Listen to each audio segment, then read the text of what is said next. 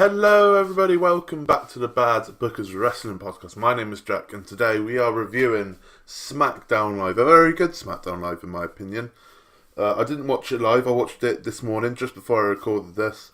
And yeah, I thought it was very good. It did the job. It was a show all about the World Cup in Saudi Arabia at Crown Jewel. And which I don't mind, qualifying matches here and there. They also built for Daniel Bryan and AJ, and they had this match between Becky Lynch and Charlotte, which was the first match of the night, and once again it was a very good match.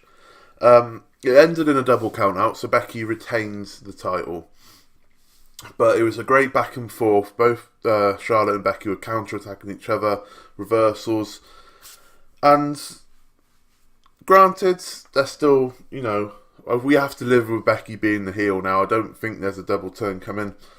But at the moment, it seems to be working.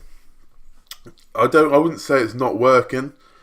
Granted, we all know that Charlotte's a fantastic heel, but so is Becky. And Becky's also a great face. To be fair, Charlotte, she's an alright face. She's a decent face.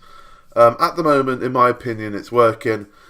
Like I said, it ended in a double count out, and after the match, sorry, my phone went off there. After the match, Charlotte speared Becky through the LED boards at the back, at the entrance ramp, and went through that. Charlotte got a fair few cuts down her arm. Her arm was covered in blood, and they did a good. Like I said, this is the start of the show. They didn't fix it at all throughout the entire show. So the LED boards, where they walk out, were just broken throughout the whole show, which I thought was quite good, to be fair. But yeah, Becky Lynch is still your women's champion, and they later on confirmed that it will be Charlotte Flair versus Becky Lynch for the title at WWE Evolution, in a last woman standing match, which I'm looking forward to. It should be good. A nice little stipulation for it. Have to see what happens, Have to see what happens. Next up, we had a World Cup qualifying match between Jeff Hardy and Samoa Joe. This match ended due to referee stoppage for Samoa Joe to lose. So Jeff Hardy is going to the World Cup because Samoa Joe couldn't walk on the leg that he injured against AJ Styles at the Super Showdown. If it's a work, then I don't know how to feel about it, because we all know how good Samoa Joe is. Jeff Hardy, we thought he was going to be taken months away from the company for a Hell in a Cell. He's come back. He's going to the World Cup basically. Like I said, Samoa Joe, if it's a work, then I don't really know how you work your way around this. I just don't know, but not much more to say. It was a decent match either way, even if it ended with a ref stoppage. Jeff Hardy's going to the World Cup, as I keep on saying. Next up, we had a Miz TV segment with the guests of AJ Styles, the WWE Champion, and Daniel Bryan. They called the Miz the 2-minute man. They mentioned the small package. If you haven't seen Daniel Bryan's Twitter page, he is called Mr. Small Package. Take that as you will. AJ and Daniel Bryan, it was like friendly competition, and then it got a bit more fierce, and then The Miz just stole the show and pulled out a fantastic promo about, how The Miz has been nothing since he's come back, how ever since AJ has been WWE Champion, it's not main evented, it's not prestigious, there's no point in it, basically. And Miz was basically saying, it's not going to be prestigious until I pick up the belt. So, he also said, after Crown Jewel, I'm next in line. I'm the number one contender after this.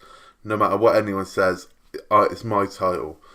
Which is fantastic. I still get this thing, he's going to beat AJ at the Rumble, I reckon, after Daniel Bryan fails to beat AJ, and then that will be the promos up until WrestleMania for The Miz and Daniel Bryan's Miz saying, look, I managed to beat AJ Styles, which you can do. I'm better than you. So that's what I reckon. We quickly went into a match between AJ Styles and Shelton Benjamin. Straightforward match. AJ Styles defeating Shelton Benjamin. Always going to happen. You can't have Shelton Benjamin pin the champion, because then he'll be in line for a title shot and it would just get all a bit convoluted. AJ Styles defeating Shelton Benjamin there. And then next up we had the reveal of what happened in that one night in Milwaukee. And Aiden English played the rest of the tape and Lana said, "I want you to know that Rusev and I think you're amazing and you mean the world to us." And Rusev loves us. He sings the songs, etc. And then Aiden, so it wasn't like "I want you." It was saying that Rusev loves Aiden English for who he is and how he's helped him. And then Aiden went to pull some moves on Lana, and the footage stopped there again. Rusev came out and said, "Look, Aiden, why don't you play the rest of the clip?" And Aiden said, "I'll destroy the clip, no matter what. As long as you ditch Lana and come join me again, I'll destroy the clip, never to be mentioned again." And Lana then comes out and said, and Rusev and Lana are both smiling. And Lana said, "Look, if you're not going to play it, then I will." And Aiden was like, "How are you managing to do that?" Apparently they hacked him. You know, hacked him. I'm not going to make a Russian joke. Apparently Aiden's password was "I heart Rusev," which is interesting. But they played the rest of the clip. Aiden put his moves on Lana and Lana pied him off and said, "No thank you, I'm going now." And that was what happened. That was what happened in Milwaukee. Aiden tried to run away from Rusev. Rusev managed to catch up with him, completed a few moves before Aiden managed to get away and flee from the scene. That's what happened. So I assume at Crown Draw we're going to get a match between Rusev and Aiden English, just to finish off this feud, see what happens after that. But yeah, Lana pied Aiden English off. Imagine that. Next up, our main event. So imagine this: Raw. It kicked off with Triple H and HBK as the Generation X. SmackDown Live main event, to finish the show, Randy Orton versus The Big Show. We're in 2006. I don't get it. I just don't understand. We had Shelton Benjamin on SmackDown. We had Jeff Hardy on SmackDown. Randy Orton, The Big Show. HBK. Triple H. Is there anyone else on Raw who was there fucking years ago? Jesus, we're in 2006. 100%. Oh dear. It was a short match. It was about 7 minutes long, I think. The crowd were well into The Big Show. They're chanting, "You still got it," considering, what was it, 3 years ago, they were chanting "Please retire." WWE fans are weird. They're weird. Randy Orton pokes Big Show in the eye, hits the RKO on the Big Show, and he is going to the World Cup. I don't know if WWE know how the World Cup works, because the World Cup at the moment has 4 American participants in it. I just don't think they understand how a World Cup works, but no, let them do what they have to do. So at the World Cup in the Crown Jewel, at the moment we got John Cena, Kurt Angle, Jeff Hardy, and Randy Orton. And then next week for SmackDown 1000, we've got a massive match. We've got Rey Mysterio versus the United States Champion Shinsuke Nakamura for the qualifier for the World Cup. I don't see anyone winning that other than Rey Mysterio. And then you can put Rey Mysterio and Shinsuke in a feud if you want. Rey Mysterio's back, everyone. It's SmackDown 1000 next week. It's going to be a pay-per-view style show. I assume obviously we've got the return of Evolution. Undertaker's going to be on there. Rey Mysterio is obviously on there. There's a few other people I can't remember off the top of my head.